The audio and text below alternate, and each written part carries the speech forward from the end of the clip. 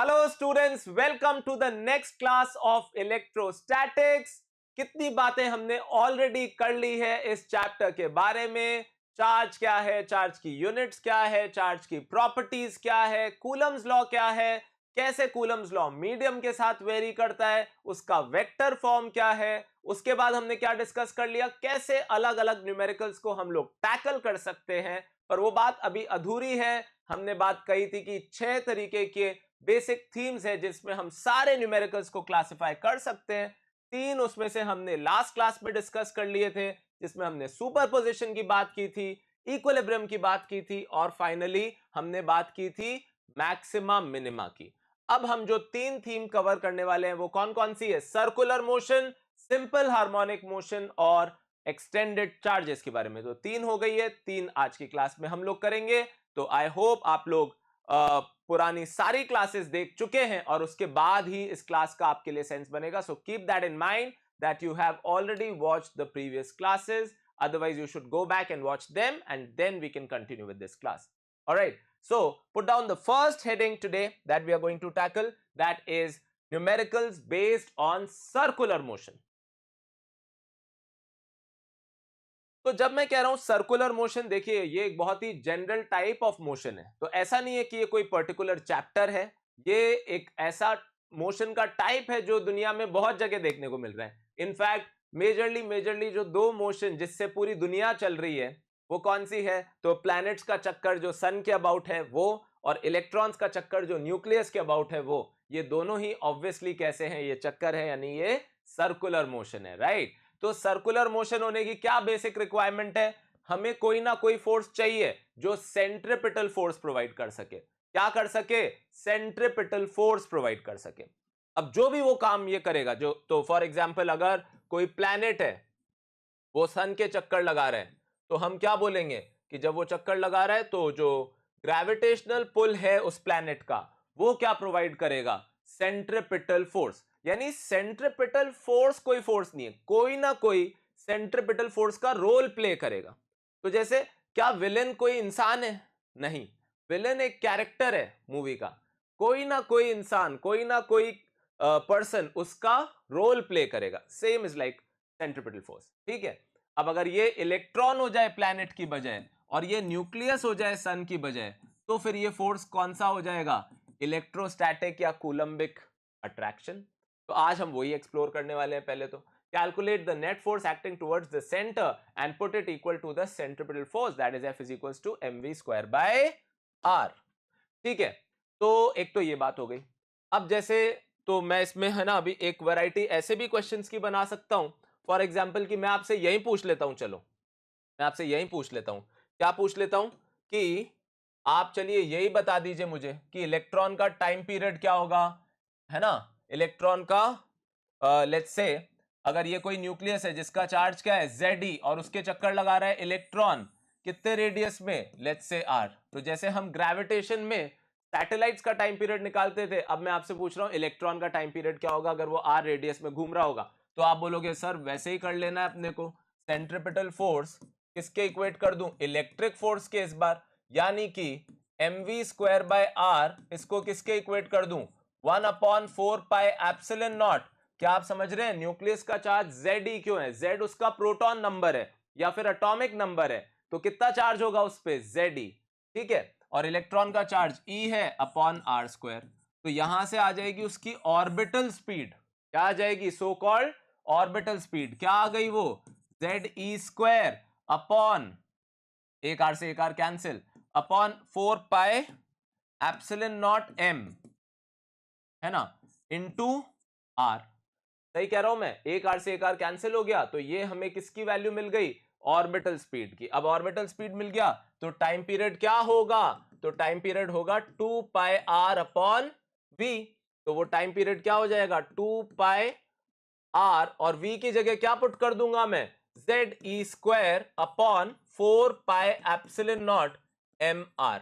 तो यहां से टाइम पीरियड क्या आ गया? जो भी आप सॉल्व कर लीजिए, पर ये तय है प्रोपोर्शनल आ गया किसके? r की पावर 3/2 के, या फिर t स्क्वायर किसके प्रोपोर्शनल आ गया? r क्यूब के। तो बिल्कुल वैसे ही है जैसे केपलर का लॉ था। और इसीलिए कई बार इसको प्लैनेटरी मॉडल ऑफ एटम भी बोला गया, कि बस फर्क यही है कि प्लैनेट्स चक्कर लगा रहे हैं सन के ग्रेविटेशनल फोर्स की वजह से, इलेक्ट्रॉन चक्कर लगा रहे हैं न्यूक्लियस के इलेक्ट्रिक फोर्स की वजह से, बाकी तो कहानी बिल्कुल एक जैसी है। ठीक है ना। यहां पे m किसका मास है? इलेक्ट्रॉन का, जो चक्कर लगा रहा है। आई होप इतना तो आप समझते ही हो। ठीक है, तो ये क्वेश्चन बन सकता है, सर्कुलर मोशन की एप्लीकेशन है, इलेक्ट्रिक फोर्स का तड़का है, पर मेन एप्लीकेशन किसकी है? सर्कुलर मोशन की। तो क्या क्वेश्चन बना सकते हैं? Find the time period of any electron revolving around the nucleus in a radius r। Alright, next. चलो अब आप बोलोगे सर सर्कुलर मोशन में एक बहुत इंपॉर्टेंट कॉन्सेप्ट आया था 11th में, वर्टिकल सर्कुलर मोशन की, कितना स्पीड दे मिनिमम की सर्कल कंप्लीट हो जाए।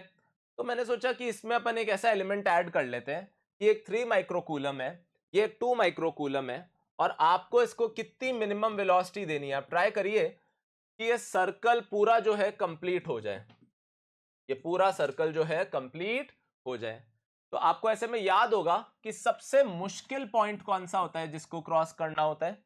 तो आप बोलोगे हाईएस्ट पॉइंट, क्योंकि हाईएस्ट पॉइंट पे क्या होता था? हाईएस्ट पॉइंट पे क्या होता था? जो टेंशन होती थी उसके जीरो होने के चांसेस सबसे ज्यादा होते थे, स्ट्रिंग के स्लैक होने के चांसेस सबसे ज्यादा होते थे।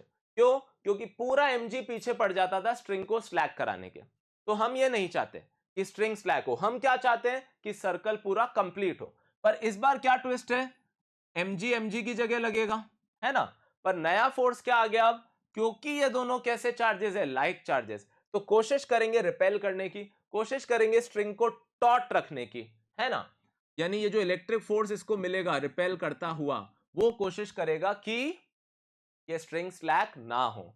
अब हमें ये जज करना होगा कि क्या ये इलेक्ट्रिक फोर्स mg से ज्यादा है कि mg से कम है। यदि ये mg से ज्यादा है तब तो ये स्ट्रिंग कभी स्लैक ही नहीं होगी, तब तो ये रॉड की तरह काम करेगा। आप समझ रहे हो मैं क्या कह रहा हूं भाई? वरना तो स्ट्रिंग स्लैक कहां हो सकती है? हाईएस्ट पॉइंट पे।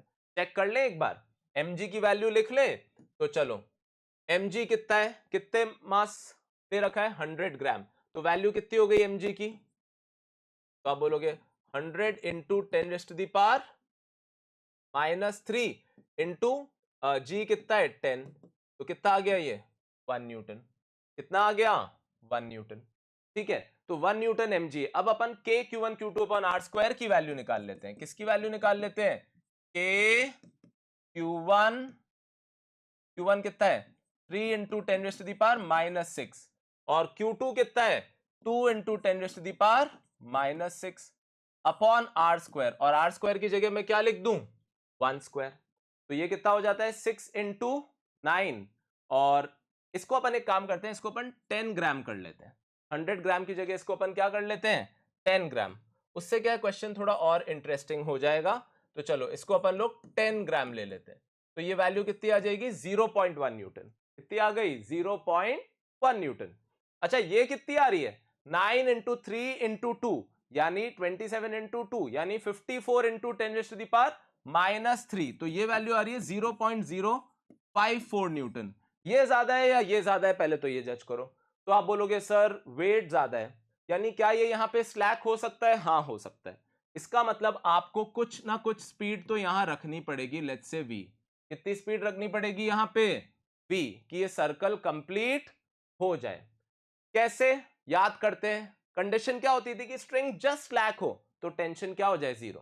फिर से याद करते हैं कि जब वर्टिकल सर्कुलर मोशन होता था तो क्या होता था कि हम इसको यहां वेलोसिटी इतनी देते थे कि यहां पहुंच के इतनी वेलोसिटी बच जाए कि स्ट्रिंग स्लैक ना हो। तो चलिए शुरू करते हैं। इसको मैं बोल देता हूं A और इसको मैं बोल देता हूं B। तो एट B इसका जब हमने फ्री बॉडी डायग्राम बनाया तो उसमें कौन कौन सा फोर्स लग रहा है? mg नीचे लग रहा है, टेंशन एट B नीचे लग रहा है, और Fe ऊपर लग रहा है। तो चलिए एट B इसका फ्री बॉडी डायग्राम से इक्वेशन मैं लिखता हूं। तो Fe इज इक्वल्स टू, बोलिए नीचे क्या लग रहा है? mg, नीचे क्या लग रहा है? टेंशन, और ऊपर क्या लग रहा है? Fe। Net force towards centre क्या लिखते हैं? mv²/r। तो चलो नेट फोर्स टुवर्ड्स सेंटर ही लिख लेते हैं हम लोग। क्या होगा नेट फोर्स टुवर्ड्स सेंटर? तो सर होगा TB, फिर सर होगा mg, और फिर होगा -Fe, और वो सेंट्रीपिटल फोर्स के बराबर होगा जो कि क्या होगा? mv²/r। क्या होगा? mv²/r। सबको फ्री बॉडी डायग्राम समझ में आ रहा है ना? कि भाई टेंशन नीचे लग रही है, इसको मैंने टीबी बोल दिया, mg नीचे लग रहा है। नया क्या आ गया, नया आ गया इलेक्ट्रिक फोर्स।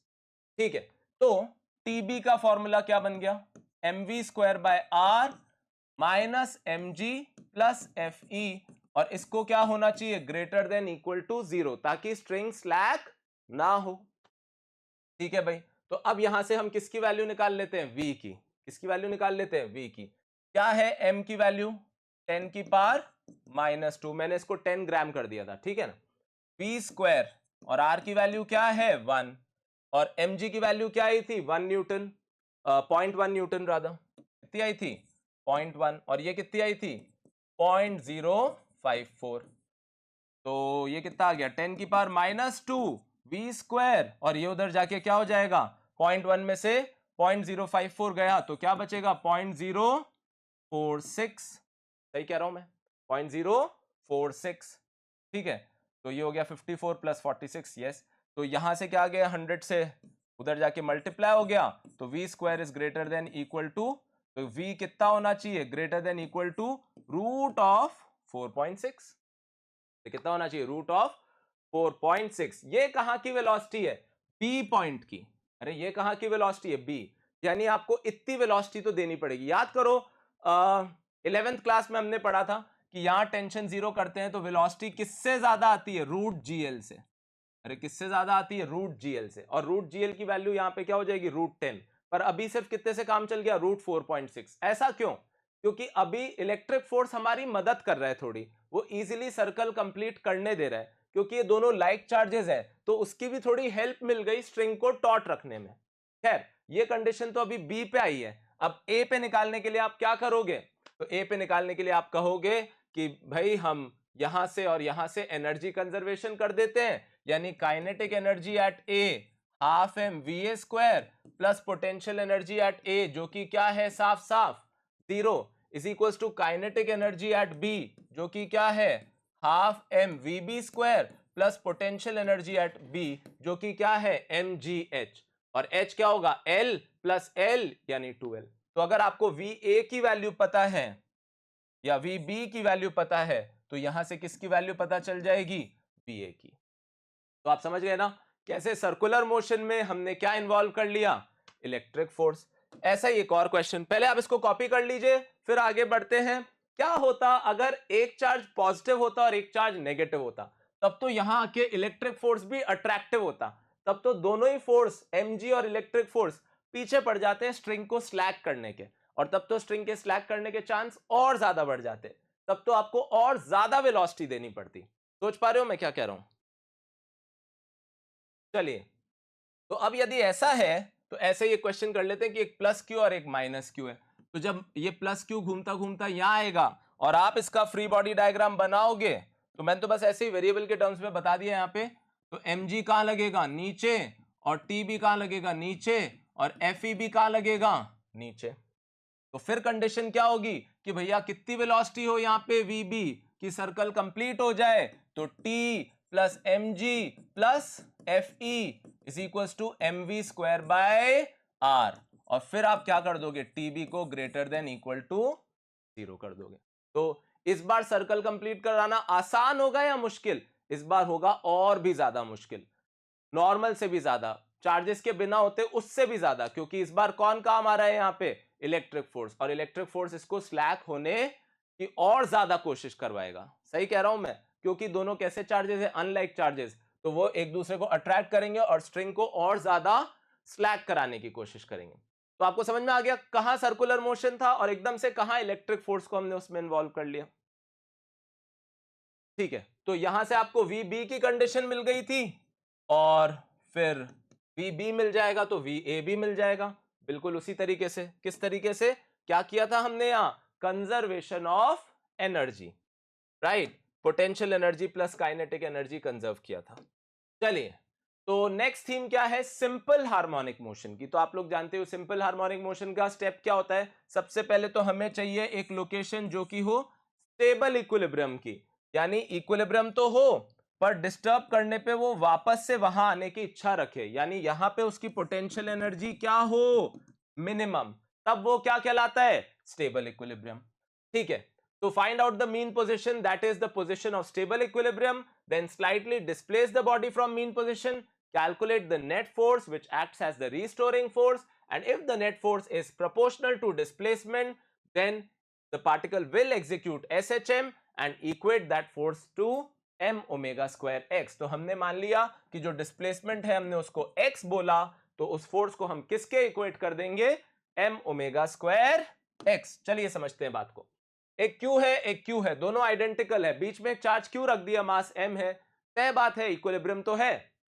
जैसे इसको डिस्प्लेस करोगे इधर तो ये भारी पड़ेगा, तो ये बोलेगा चलो उधर. जैसे उधर जाएगा इनर्शिया से इधर आ जाएगा तो ये वापस बोलेगा इधर. तो आप समझ पा रहे हो क्या होने लगेगा, ये यहां पे ऑसिलेट करने लगेगा. किसके इन्फ्लुएंस में, इलेक्ट्रिक फोर्स के इन्फ्लुएंस में. क्या यही हमें पढ़ना है आज? बिल्कुल. हम देख रहे हैं कैसे एसएचएम इन्वॉल्व हो जाएगा इलेक्ट्रिक फोर्स में. तो मान लेते हैं हमने इसको कितना डिस्प्लेस किया, x. तो ऑटोमेटिकली इससे दूरी कितनी बचेगी, d माइनस एक्स. तो इससे दूरी कितनी हो जाएगी, d प्लस एक्स. तो आपने इक्विलिब्रियम को डिस्टर्ब कर दिया ना भाई, दोनों से डी डी पे था तो आराम से इक्विलिब्रियम में बैठा था. आपने जैसे इधर ले गए तो ये फोर्स बढ़ गया तो उधर निकल लिया. तो नेट फोर्स निकालते हैं, यही था अगला स्टेप कि आप पहले पता करो इक्विलिब्रियम है नहीं है, फिर उसको स्लाइटली डिस्प्लेस करो, नया नेट फोर्स निकालो. तो वो क्या होगा, अब इसका जो रिपल्शन होगा F1 वो इसके रिपल्शन से ज्यादा होगा F2. तो आप निकाल लो F1 माइनस F2, वो क्या होगा, के Q Q upon D minus x का स्क्वायर माइनस के Q Q upon D plus x का स्क्वायर. और जब आप ऐसा करेंगे तो यहां क्या आ जाएगा, के क्यू क्यू, और नीचे क्या आ जाएगा यार, D square minus x square का होल स्क्वायर. और ऊपर क्या बचेगा, D square plus x square plus 2dx, और फिर माइनस करेंगे तो डी स्क्वायर एक्स स्क्वायर. लिख दूं क्या एक बार, D square X square 2dx minus D square X square minus 2dx. है ना भाई, इसमें कुछ खास नहीं है, मैंने तो खाली इलेक्ट्रिक फोर्स लिखा है जो आप लिखना जानते ही हो. तो ये क्या हो जाएगा, 2dx और 2dx ऐड होके क्या हो जाएगा, 4dx. तो के क्यू क्यू और यहां बचेगा 4dx, और इसको मैं लिख दूंगा d4. तो आप बोलोगे अरे सर ये क्या बात हुई, x कहां गया. तो हमें मानना है स्मॉल ऑसिलेशन, वरना ये एसएचएम नहीं होगा. क्यों एसएचएम नहीं होगा, क्योंकि ऊपर x की टर्म है पर नीचे भी x की टर्म बच जाएगी. तो हमें अगर एसएचएम मानना है तो इस ऑसिलेशन को हमें कैसा मानना होगा, स्मॉल ऑसिलेशन. कैसा मानना होगा, स्मॉल ऑसिलेशन. तो स्मॉल ऑसिलेशन मान लो तो x बहुत छोटा है d से, तो x की टर्म को d के मुकाबले क्या कर दो, आप इग्नोर कर दो. तो एक d से एक d कैंसिल हो गया, 4k Q Q x upon D cube. अच्छा ये क्या नेट फोर्स हो गया, हाँ हो गया. क्या ये एसएचएम हुआ, हाँ हो गया. क्यों हो गया, क्योंकि प्रोपोर्शनल टू x आया. तो प्रोपोर्शनल टू x है तो 4k Q Q upon D cube into X. इसको किसके इक्वेट करना बनता है, m omega square x, where m is the mass of the particle. तो ओमेगा कितना आ जाएगा, अंडर रूट, क्योंकि x से x क्या हो जाता है ऐसे में हमेशा, कैंसिल आउट. तो ओमेगा कितना आ जाएगा, 4k Q Q upon m D cube. और अगर ओमेगा आ गया तो टाइम पीरियड क्या होगा, 2 pi by omega. Time period क्या होता था, जिसको एसएचएम बिल्कुल नहीं आता वो अभी के लिए इसको स्किप कर सकता है, फिर हमारी एसएचएम की क्लासेस देखने के बाद वापस यहां लौट सकता है. पर अगर आपको एकदम ही नॉलेज नहीं है कि यार ओमेगा क्या होता है, एंगुलर फ्रीक्वेंसी क्या होती है, तो फिर मैं कहूंगा कि आप एक बार के लिए इस पर्टिकुलर थीम को स्किप कर सकते हैं. ठीक है, तो यहां से आपको किसकी वैल्यू मिल जाएगी, टाइम पीरियड की. बड़े आराम से क्या करना है, सारे स्टेप्स फॉलो करने हैं, पूरी ईमानदारी से फॉलो करने हैं. मैं यहां रुकता हूं, फिर आगे बढ़ते हैं. ठीक है, तो अब जो नेक्स्ट बात हमें करनी है वो नेक्स्ट बात क्या है, calculate the time period of oscillation of charge particle minus Q. अब ये माइनस क्यू है, सोचो ये अगर माइनस होता और आप बोलते अरे इधर डिस्प्लेस कर लो, तो फिर तो यही खींच लेता ना इसको. एसएचएम होने के लिए, ऑसिलेशन होने के लिए हमेशा टेंडेंसी क्या होनी चाहिए कि आपने डिस्टर्ब किया तो ये वापस उस तरफ फोर्स महसूस करे. अगर आप इधर डिस्प्लेस करते तो ये इधर धक्का देता, पर अगर ये हुआ माइनस, इधर डिस्प्लेस करने पे तो यही ले गया ना इसको, वापस आने की तो इच्छा बनी नहीं ना. चलिए, तो आप बोलोगे सर फिर क्या करेंगे, फिर तो एसएचएम हो ही नहीं सकता. हो सकता है कब, जब आप इसको कैसे डिस्प्लेस करो, बोलो y में. तो यदि आप y में डिस्प्लेस करते हो इसको तो फिर क्या होगा, तो फिर इन दोनों का फोर्स कैसे लगने लगेगा? अट्रैक्ट होता हुआ। तो अगर आपने जैसे इधर डिस्प्लेस किया, ये दोनों मिलके इसको वापस यहां खींच लेंगे, फिर इनर्शिया से ऐसे, यानी ऑसिलेशन हो सकता है, पर इस बार कौन से डायरेक्शन में? वाई डायरेक्शन में। तो मान लो ये एंगल कितना है? थीटा। ये एंगल भी है थीटा। अब पिछली क्लास में भी हमने ऐसी कोई सिचुएशन टैकल की भी थी। तो एफ का ये वाला कंपोनेंट होगा एफ साइन थीटा, और इस एफ का भी ये वाला कंपोनेंट होगा एफ साइन थीटा, जो कि कैंसिल हो जाएंगे, और नेट फोर्स क्या हो जाएगा? 2f cos theta. तो नेट फोर्स लिख लेते हैं। नेट फोर्स है 2f cos theta. Now f क्या है? f क्या है? तो f है ये वाला फोर्स। तो वो f की वैल्यू क्या है? सब लोग समझते हैं, k q q है ना, इस पे जो फोर्स लगेगा। और अगर ये डिस्टेंस कितना है? d, तो और ये डिस्टेंस है y, तो ये हो जाएगा root over D square plus Y square का होल स्क्वायर। कूलम्स लॉ लगाया, कुछ भी नहीं किया, यानी k q upon root over D square plus Y square का होल स्क्वायर। जहां तक बात आती है cos थीटा की, तो वो क्या होगा? Base upon hypotenuse. ठीक है, सबको समझ में आ रहा है? तो मैंने पूरी तैयारी कर ली, नेट फोर्स निकाल लिया। क्या लग रहा है? वापस से उसको खींच रहा है जो, तो वो फोर्स कितना आ गया? 2k q upon D square plus Y square की पावर 3/2। अब फिर वही वाली बात है, y को स्मॉल ऑसिलेशन मानना है, उसको इग्नोर करिए। तो फिर ये y के प्रोपोर्शनल आ गया। तो अगर y के प्रोपोर्शनल आ गया, तो अब आप क्या करेंगे? अच्छा, ये डी क्यूब हो जाएगा क्या? क्योंकि स्क्वायर है और पावर 3/2 है। अब आप इसको किसके इक्वेट कर देंगे? M omega square Y, X की बजाय एम ओमेगा स्क्वायर वाई, क्योंकि डिस्प्लेसमेंट हमने वाई मान लिया इस बार। तो यहां से ओमेगा आ गया। आई होप आपका आंसर मुझसे मैच कर रहा है, और आप ये पहले ही ट्राई कर चुके हैं। तो ये आ गया ओमेगा, और ओमेगा आ गया, तो टाइम पीरियड क्या होगा? 2π/ओमेगा। सही बात है क्या? सबको समझ में आ गया? मेरे हिसाब से आ गया होगा। बाकी तो आपके देखो पुराने कर्म हैं, जो अगर आप नहीं समझ पा रहे तो, क्योंकि 12th क्लास के हिसाब से तो देखा जाए, मैंने खाली आपको k q1 q2 अपन r स्क्वायर लिखना सिखाया। बाकी तो आपके सारे कॉन्सेप्ट, नेट फोर्स निकालना, एसएचएम की कंडीशन मैच कराना, ये सब 11th का पार्ट था। ठीक है, तो कोई बात नहीं, धीरे धीरे हम वहां पहुंच जाएंगे। मैं बहुत कोशिश कर रहा हूं, हर स्टेप क्या कर रहा हूं आपको बताने की कोशिश करूं, ताकि यू नो जितना जल्दी ये हर्डल्स हैं ये दूर हो जाएं। मिलके हम लोग ये कर लेंगे। बस आपको थोड़ा सा जोश बनाए रखना होगा, सिंसेरिटी बनाए रखनी होगी, क्योंकि 12th क्लास, फिर से याद दिला दूं, is all about taking the lead.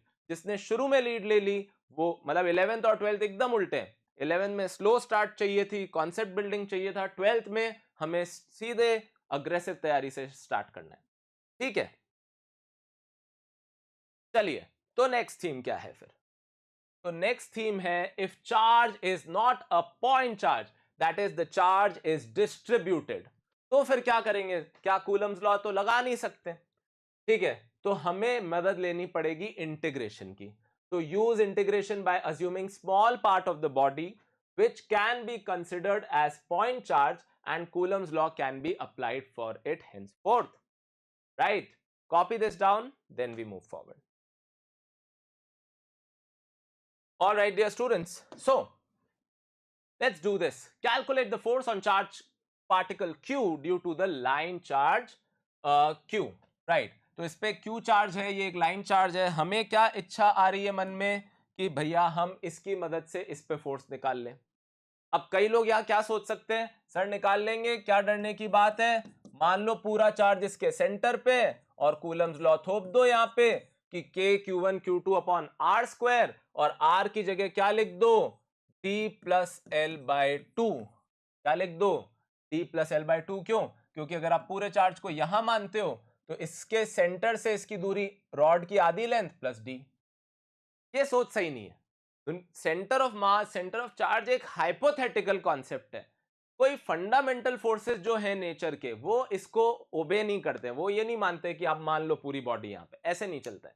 तो अगर आप ऐसा कुछ सोच रहे हो तो वो बिल्कुल गलत है, पहली बात तो ये। अब जल्दी से, तो फिर क्या करना है सर? तो करना ये है कि एक स्मॉल पार्ट तोड़ना है इसका। कहां तोड़ना है? किसी भी जनरल लोकेशन पे। ध्यान से सुनना, किसी भी जनरल लोकेशन पे। तो मैंने कहां तोड़ लिया इसको? एक्स पे। कितनी थिकनेस का बोलो? dx, कितनी थिकनेस का, dx क्यों, क्योंकि अगर x का स्मॉल चेंज ही तो dx है, तो फिर फोर्स क्या होगा, force on small element, force on small element, या तो ऐसे बोल लो, हमें किस पे फोर्स निकालना है, तो फिर ऐसे लिख लो, फोर्स ऑन स्मॉल एलिमेंट नहीं, force due to small element, force due to small element, इस स्मॉल एलिमेंट की वजह से उस पे फोर्स कितना होगा। अच्छा सर स्मॉल एलिमेंट का चार्ज क्या होगा, तो वो होगा डी क्यू, क्योंकि पूरी रॉड का चार्ज यदि क्यू है तो स्मॉल एलिमेंट का चार्ज क्या होगा, डी क्यू। तो उस फोर्स को आप क्या कहोगे, पहले तो डीएफ। क्या कूलम्स लॉ लगा सकते हैं, बिल्कुल लगा सकते हैं। तो क्या होगा फोर्स, के Q1 Q2 upon R square. अच्छा तो सर अब क्या नेट फोर्स के लिए बस इसको इंटीग्रेट कर दो, क्यों कर दो, क्योंकि इस केस में आपका जैकपॉट लग गया। जैकपॉट क्यों लग गया, क्योंकि कोई भी एलिमेंट हो उन सब की वजह से फोर्स हमेशा किस तरफ लग रहा है, राइट की तरफ। और सारे वेक्टर अगर एक ही तरफ लग रहे हैं तो आप वेक्टर एडिशन करते समय उसको स्केलर की तरह ही ऐड कर सकते हो। 3 न्यूटन ऐसे लगा, 4 न्यूटन ऐसे लगा, तो सीधे बोल दोगे 7 न्यूटन लगा। क्या मेरी बात समझ आ रही है, सोच पा रहे हो धीरे धीरे मैं क्या कह रहा हूं। तो नेट फोर्स निकालने के लिए इस केस में आप क्या कह सकते हो, फोर्स क्या होगा, इंटीग्रेशन ऑफ डीएफ।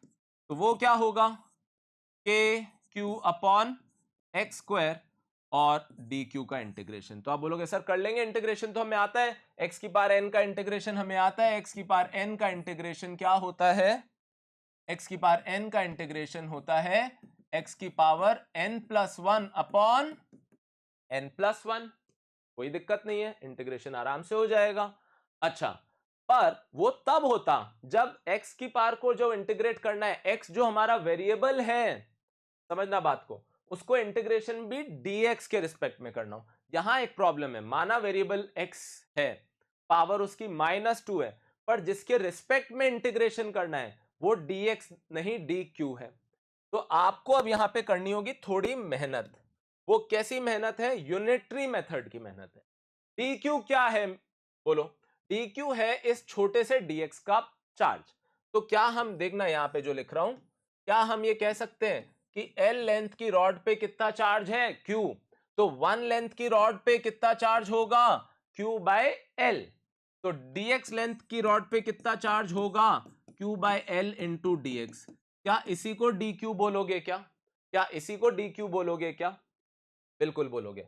तो क्या कर सकते हो अब, सर अब तो बड़ा आसान हो गया, क्यों ना हम एक काम करें, इस f को हम क्या लिख दें, के क्यू बाय एक्स स्क्वायर, और डी क्यू की जगह हम क्या लिख दें, Q by L into D x. अच्छा जैसे ही हमने ये काम किया, अब कांस्टेंट्स को हम उठा के बाहर फेंक देते हैं और अंदर बच गया x की पावर -2। अब थोड़ी कहानी समझ में आ रही है कि यार फोर्स निकालने के लिए हमें स्मॉल एलिमेंट क्यों लेना पड़ा, क्योंकि डिस्टेंस वेरी कर रहा था। तो डिस्टेंस वेरी कर रहा था तो स्मॉल पार्ट के लिए डिस्टेंस को कांस्टेंट मान के फोर्स लिखा और फिर पूरे के लिए उसको इंटीग्रेट कर दिया, जो कि इस केस में कर पा रहे हो। तो फिर फोर्स क्या आ जाएगा, बोलो, के क्यू क्यू बाय एल, और x की पावर -2 यहां डालते हो तो आएगा -1 अपॉन -1, यानी x की पावर -1 बोले तो 1 बाय एक्स। तो ये आ जाएगा इंटीग्रेशन -1 बाय एक्स।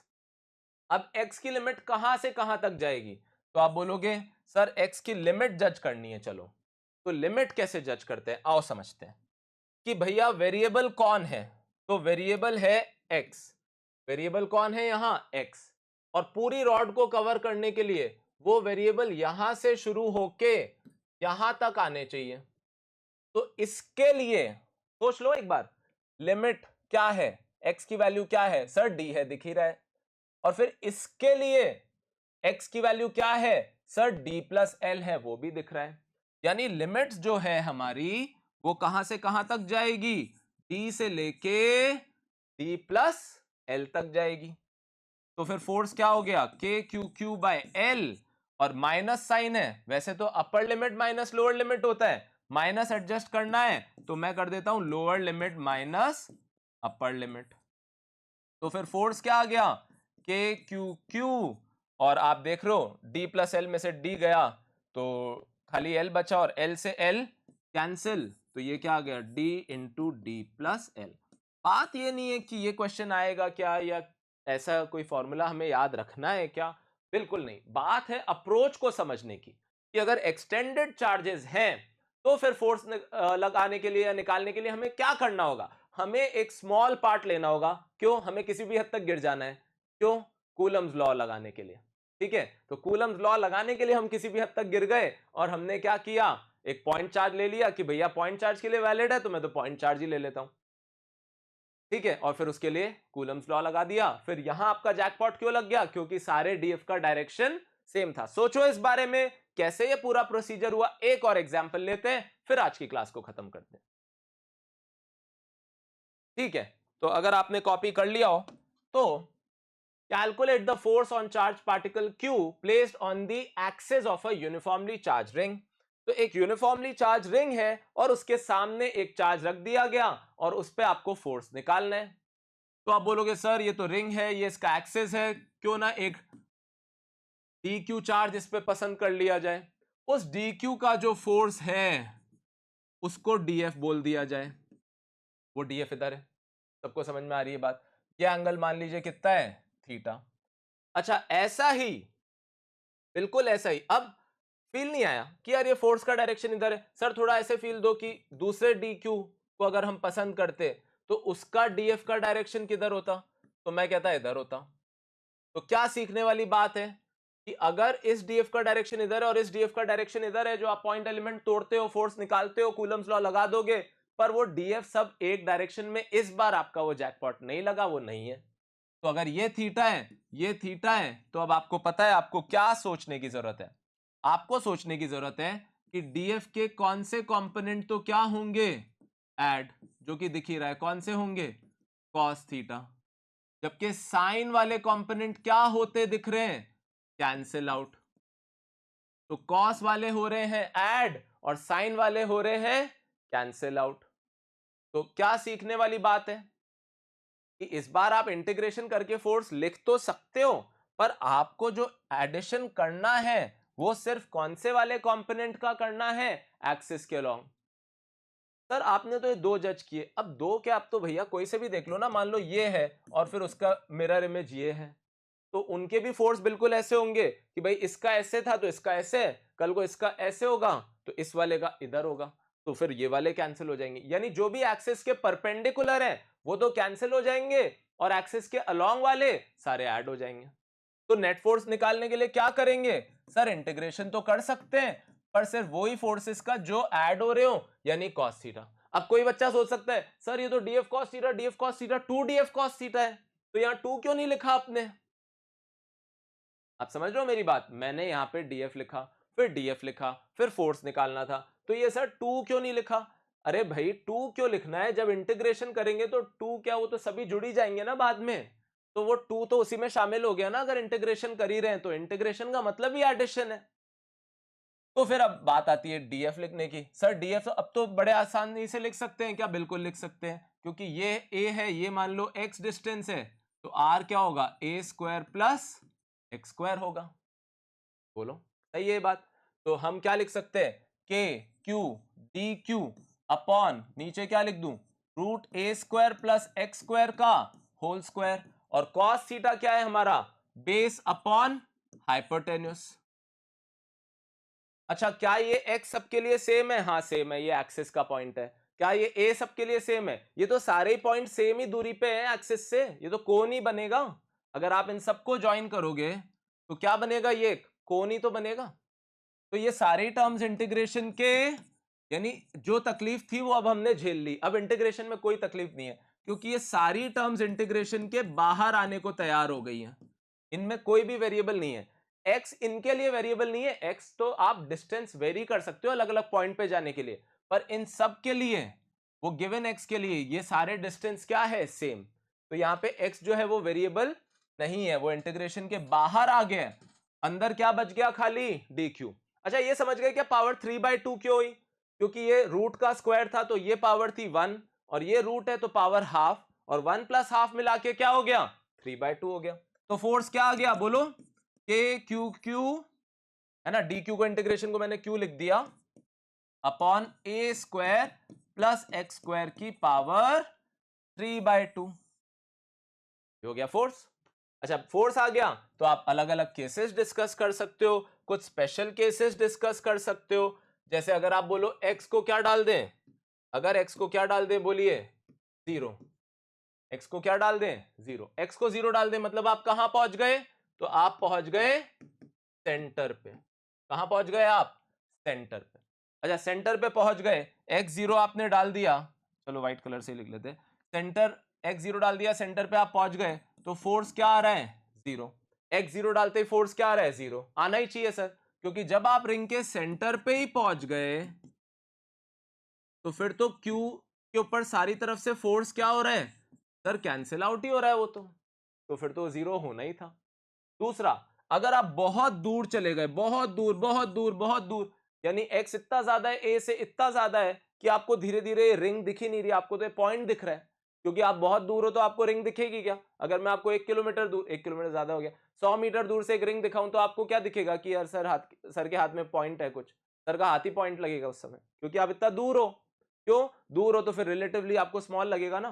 तो अगर x बहुत ज्यादा है a से, तो आप उल्टा क्या मानोगे कि x बहुत ज्यादा है तो a बहुत स्मॉल है, तो ये वाली टर्म मायने नहीं रखती, तो फिर फोर्स क्या आएगा के Q Q x upon x cube. X cube क्यों हुआ, पावर 3/2 थी ना, यहां ये पावर कितनी लिखी हुई है, यहां 3/2, क्या पावर लिखी हुई है 3/2, ठीक है। तो वो पावर 3/2 है, तो a स्क्वायर तो गया, 2 से 2 कैंसिल तो क्यूब हो गया, और क्यूब हो गया तो ऊपर वाला x और ये कैंसिल होके क्या बना लेंगे बोलो, तो ये बना लेंगे के Q cube by x square. Just ऐसे आपको बता रहा हूं बताने के लिए कि देख लो भैया कि फोर्स किसकी तरह आ गया, बिल्कुल पॉइंट चार्ज की तरह आ गया।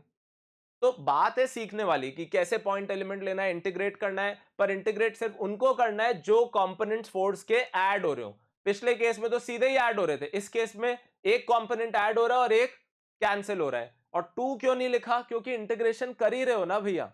अगर बहुत ही ज्यादा मन में आ रहा है नहीं सर आप तो 2 लिखो, तो फिर ये बात समझो कि इसके साथ ये तो आपने फ्री में ही जोड़ लिया, तो इंटीग्रेशन करते समय आपको सिर्फ आधी रिंग के लिए इंटीग्रेट करना होगा, क्योंकि बाकी सारे तो आपने पहले ही उस 2 में शामिल कर लिया, तो भी यहीं पहुंचोगे, क्योंकि फिर आधे चार्ज के लिए इंटीग्रेट करोगे तो वो 2 और ये q/2 वापस पहुंचोगे। क्योंकि कई लोग आर्ग्यू करते हैं है ना बार बार कि नहीं सर यहाँ तो 2 आना चाहिए, तो 2 आने में कोई बुराई नहीं है, पर वो 2 आने का मतलब क्या है कि इसके साथ ये तो ऑलरेडी आप उस 2 में जोड़ चुके हो। ठीक है, समझ में आया। एक्सटेंडेड चार्जेस है, इक्विलिब्रियम भी है कहीं ना कहीं, यार सेंटर पे रख दे तो इक्विलिब्रियम हो जाएगा, इक्विलिब्रियम भी है इसमें, सुपरपोजिशन भी है एक तरीके से। सारे चार्जेस का फोर्स जोड़ रहे हो तो आप कर तो सुपरपोजिशन ही रहे हो। आप बोलो तो इसमें तो मैं एसएचएम भी बना सकता हूं। कैसे एसएचएम बना सकता हूं, मान लो ये चार्ज क्या हो माइनस, मान लो ये चार्ज क्या हो माइनस, तो सोचो क्या होगा, तो वो उधर धक्का खाएगा या इधर, तो आप बोलोगे सर इधर, तो क्या शुरू कर सकता है एसएचएम शुरू कर सकता है। कैसे, चलो बात कर लेते हैं। चलिए तो आपने पहले ये लिख लिया, सबको ये समझ में आ गया कि ये फोर्स क्या है ना। आप बोलो तो इसमें मैं और भी बातें कर सकता हूं, जैसे क्या बात कर सकता हूं कि अभी मान लो ये अपन ने फोर्स निकाला था है ना, और ये नेट फोर्स चलो कैसा आया था, सुनना भाई, अगर ये नेगेटिव चार्ज है तो ये फोर्स कैसा आएगा ऐसा और ऐसा, और उसका नेट फोर्स बनेगा ये। अच्छा वो नेट फोर्स क्या होगा, वो नेट फोर्स क्या होगा, तो आप बोलोगे सर वो नेट फोर्स होगा के क्यू क्यू एक्स अपॉन ए स्क्वायर प्लस एक्स स्क्वायर की पावर 3/2। अब सुनना, अगर मैं कहता हूं बहुत पास हो आप, यानी x की वैल्यू a से बहुत छोटी है, मतलब दूर नहीं गए पास में ही है, तो अगर पास में ही है तो आप क्या बोलोगे a के मुकाबले x बहुत छोटा है, तो आप क्या कर सकते हो x को कर सकते हो निगलेक्ट। x को जैसे ही निगलेक्ट करोगे क्या मिलेगा के क्यू क्यू एक्स, नीचे वाली टर्म में x को इग्नोर करना है, ऊपर मत कर देना, ऊपर तो मल्टीप्लाई में है वो। तो यहां क्या बचेगा a क्यूब, क्या बचेगा यहां पे a क्यूब। क्यों a क्यूब बचा, स्क्वायर है, 2 से 2 कैंसिल, और क्या बच जाएगा a क्यूब। क्या प्रोपोर्शनल टू x आ गया, हाँ सर आ गया। तो अब इसको किसके इक्वेट कर सकते हो बोलो m ओमेगा स्क्वायर एक्स, अभी अभी सिखाया था ना। तो आप बोलोगे वाह सर क्या क्या सिचुएशन है, इसमें एक्सटेंडेड चार्जेस की भी बात हो गई, सुपरपोजिशन की भी बात हो गई, इक्विलिब्रियम की भी बात हो गई, बस सर्कुलर मोशन की बात नहीं, और किसकी बात नहीं हुई? मैक्सिमा मिनिमा, क्या उसकी भी बात हो सकती है इसमें? आओ सोचते हैं। सोचो, सेंटर पे फोर्स क्या है सर? जीरो है। इंफिनिटी पे चले जाए तो फोर्स क्या होगा सर? जीरो होगा। फिर से याद करो, जीरो से जीरो वाली बात, लास्ट क्लास में क्या कहा था मैंने? मैक्सिमम मिनिमम में कोई चीज जीरो से वापस जीरो हुई है, यानी बीच में कहीं जरूर क्या हुई होगी? मैक्सिमम हुई होगी। कहां मैक्सिमम हुई होगी पता कर लेते हैं। कैसे सर? फोर्स का एक्सप्रेशन है के क्यू क्यू एक्स अपॉन ए स्क्वायर प्लस एक्स स्क्वायर की पावर 3/2। मैक्सिमम कहां होगी वो पता करने के लिए क्या करोगे sir? df by D x को क्या पुट कर दो? Zero. df by D x को क्या पुट कर दो? जीरो। यही पढ़ा था क्या कि कहां पे, किस डिस्टेंस पे मैक्सिमम फोर्स आएगा। अच्छा, जब आप इसको डिफरेंशिएट करोगे, अभी मैं करके नहीं बता रहा, तो x की वैल्यू आएगी plus minus A by root two. अरे क्या आएगी? x की वैल्यू क्या आएगी? Plus minus A by root two. यानी अगर फोर्स वर्सेस x का ग्राफ बनाना पड़ा तो वो कैसा बनेगा? जीरो से वापस जीरो। और मैक्सिमा कहां पे आएगा? x की वैल्यू कितनी?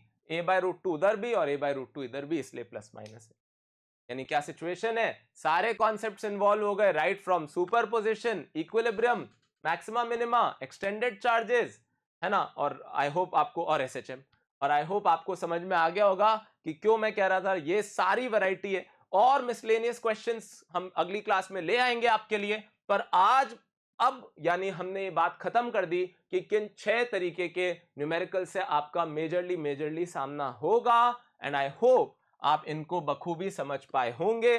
थोड़ी मैथ्स में आप हो सकता है जो बायो स्टूडेंट्स है खासकर, वो थोड़ा अटक सकते हैं, तो वीडियो को बार बार देख सकते हैं, पॉज कर सकते हैं, फिर भी कमेंट्स में लिख सकते हैं अगर आपको लगता है कि यार ये चीज वापस डिस्कस की जाए। पर कई बार क्या होता है कि ज्यादा इंफॉर्मेशन भी देना जरूरी होता है, क्योंकि ये सब बहुत बेसिक है। अब इसके बाद और क्वेश्चंस करेंगे तो प्रैक्टिस से ये सब चीजें रिफाइन हो जाएगी एज यूजुअल। पर मेहनत तो जो मैटर करेगी सबसे ज्यादा वो आपकी खुद की है, तो वो रुकनी नहीं चाहिए। हम अपनी तरफ से पूरा जोर लगा रहे हैं, आप भी लगाइए, क्योंकि फाइनली फायदा सबसे ज्यादा आपका है। तो अपना बेस्ट दीजिए। हम ये नहीं कह रहे क्या दूसरे के मार्क्स आ रहे हैं, क्या दूसरे की रैंक आने वाली है, बट आप अपना बेस्ट दीजिए, अपनी पढ़ाई में, अपनी तैयारी में कोई कमी मत छोड़िए। ठीक है, तो आज के लिए इतना ही। आप इसका एक बार स्क्रीनशॉट ले सकते हैं और फिर मिलेंगे जल्दी। और अब हम करेंगे बात इलेक्ट्रिक फील्ड की और कुछ और मिसलेनियस क्वेश्चंस की आने वाली क्लासेस में। बट इस क्लास के लिए इतना ही। Thank you so much for your time. Keep working hard, make your parents proud, and I will see you soon. Bye bye. If you enjoyed this video, please don't forget to like, share and subscribe to our channel.